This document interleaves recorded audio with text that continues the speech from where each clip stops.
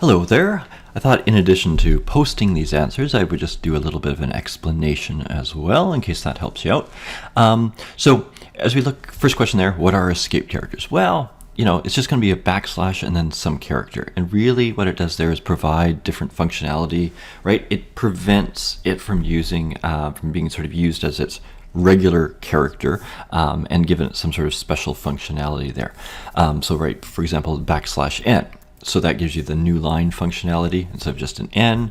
The quote, and it's got sort of that word quote there that should be just straight up and down, but that sort of acts as a quotation mark rather than not the start or stop of a string, right? Same with the apostrophe and so on there, right? So those are just simply giving you different functionality. So \n, even though it's two characters too, we kind of think of it as one escape character. Okay, it's got some sort of different functionality. \n, \t, obviously the escape characters for new line and tab. And so we saw those in the notes there. How can you put a backslash character in a string? Well, you have to use \\. So the first backslash there is the escape character, and then the second one being the actual backslash. So if you put that in inside a string, it would actually only give you the backslash. Okay, so you just have to be, careful with that. The string value, Howl's moving castle is a valid string. Why isn't it a problem that the single quote character is used in Howl's? Right, so we've got the Miyazaki movie with the apostrophe in it. Like I said, generally I like to use the double quotes, right, for anything rather than just the single quote, because oftentimes you are going to use apostrophes, which are going to be confused as single quotes. And so basically, yeah, like it says there, you're using double quotes to indicate the string. Therefore, that single quote is sort of ignored. Okay, so just keep that in mind. I think it's pretty straightforward and useful. It says, if you don't want to put a \n in your string, how can you write a string with new lines in it? So question 5 there. The idea is that you could use triple quotes, okay? Dear Mr. Morthy, so I've used the triple quotes. You could either use triple single quotes or triple double quotes. It doesn't really matter. And I think I showed you that in two ways here. So the single, it doesn't show up too well here, but 1, 2, 3, 1, 2, 3, right? Or double, right? Double quote in the triple. So that sentence there, although I don't know if this might be a hot take, you guys don't know, Mr. Morthy is actually leaving us at the end of the year there. So he's taken a position at the, I guess, Fraser Cascade School District as the superintendent. So he's leaving us. We'll have a new principal in September. Anyways, yeah, so that's the 3 quotes, okay, and you can press enter. You could obviously do this, just sort of type this in here. You could do this, dear Mr. Morthy, and then you could do the \n. And then that would give you the new line, okay? And then continue on. But you don't, you can use the triple quotes to get around that. All right, number 6 here. What do the following expressions evaluate to? Well, really, we're just looking at the same idea as lists, okay? So there's really not too much difference between lists and strings in this sense when we're doing sort of looking at the index values. And so remember, we're always starting at 0. So the capital H would be 0, and then the E, the first E there, would be 1. So that's what it evaluates to. Hello, same idea. This is 0 to 5. So it includes the first one, doesn't include the last one. So 0, 1, 2, 3, 4. So 4 is the O, and that would be the last one. So it would evaluate to hello. And then again, you don't have to put that 0 at the front. If you don't put a 0, it just indicates start from the beginning and go to 5. So the same thing, it would be hello. And then this one, from 3 to the end. If you don't specify the end value, it goes right to the end.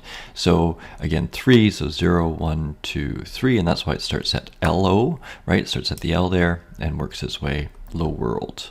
Okay. 7. What do the following expressions evaluate to? So this is using some of the methods.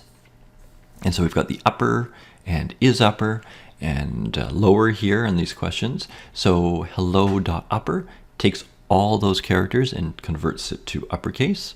So very useful, again, if you're just trying to do input validation, making sure the characters are the same. The bottom one there, it does 2 steps, right? So it would do the inner step first, so it would convert it all to uppercase, and then is upper is checking to see if all the characters are uppercase. And remember, it has to be all of them for this to be true. Same with is lower. And so hello.upper, and then so now they're all uppercase, and then is upper is set to true, and hello.upper.lower. So it's kind of doing 2 steps, not very useful here, but making them all uppercase and then making them all lowercase. So that would get to there.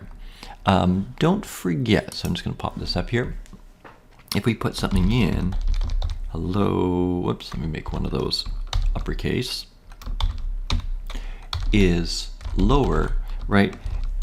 Even if one of them is, right, it's going to be false. So it has to be all either uppercase or all lowercase. Now, one interesting question is, what if there was a number in here, right? So I'm just going to do that, dot is lower. So all the characters are lower, okay? But just to check, that is true. So it ignores those. Same with punctuation. So if you put an exclamation mark at the end, right, it still is true, okay? Because all of those characters, all the alpha characters are lowercase there, okay? So what does this evaluate to? So what we're doing here is we've got a string, okay? And it's acting on the split, or it's being acted. The split is acting on the string, I should say. And there's nothing here. So what it will do is it will do it by the spaces, okay? If we do not specify what we're doing, it will do it by the spaces. So, so we've got remember, comma, okay, in quotes. Ignore this one, right? Because that's just separating the items in the list. So the split takes a string and turns it into a list.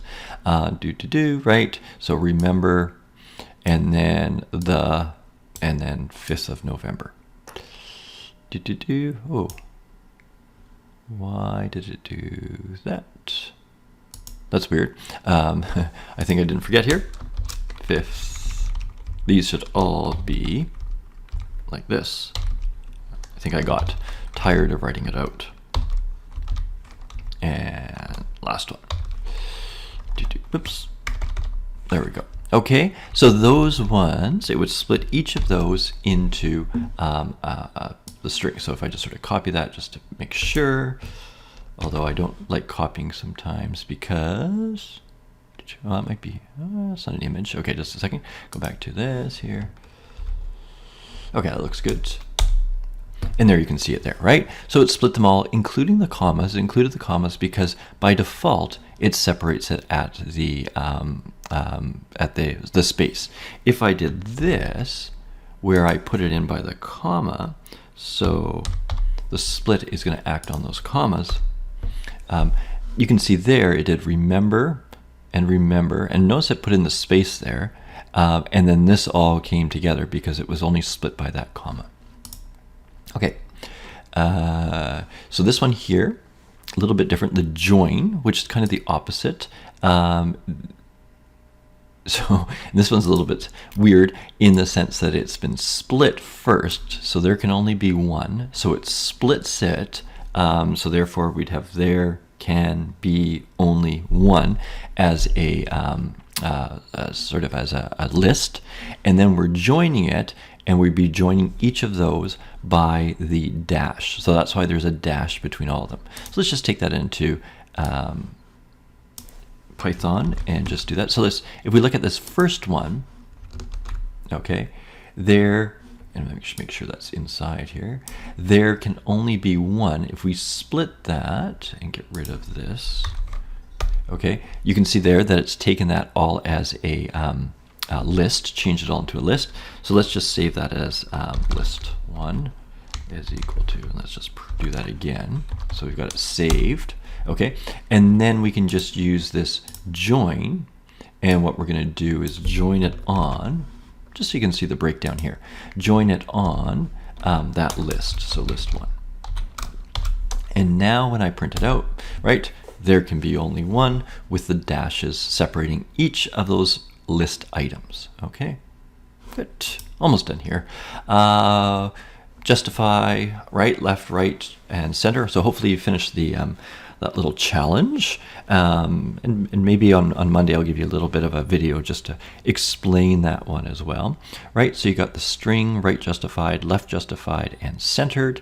Okay, remember the number that goes in here indicates how long it's going to be. Okay, so if I put in 10, the whole the whole string, including the spaces, would be 10. So I think if we did hello, H-E-L-L-O, which has 5, if it was right justified, we'd have 5 spaces and then hello. If it's left justified, and when there was 10 there, it would be 5 spaces, sorry, it'd be hello and then 5 spaces after. Okay, centered, it would do its best to split it. So I think it would be 2, hello, and then 3. Okay, strip. Okay, stripping is just getting rid of white space. So you can remove white space on both sides. Right strip, obviously, remove it on the right side. Left strip, remove it on the left side. And again, that might be just useful for formatting if you want to get rid of something. All right, so that's the notes here. I'll end it, and hopefully that was helpful. Make sure you ask me any questions if you need some extra clarification, and I'll do my best to help you out. All right, good luck.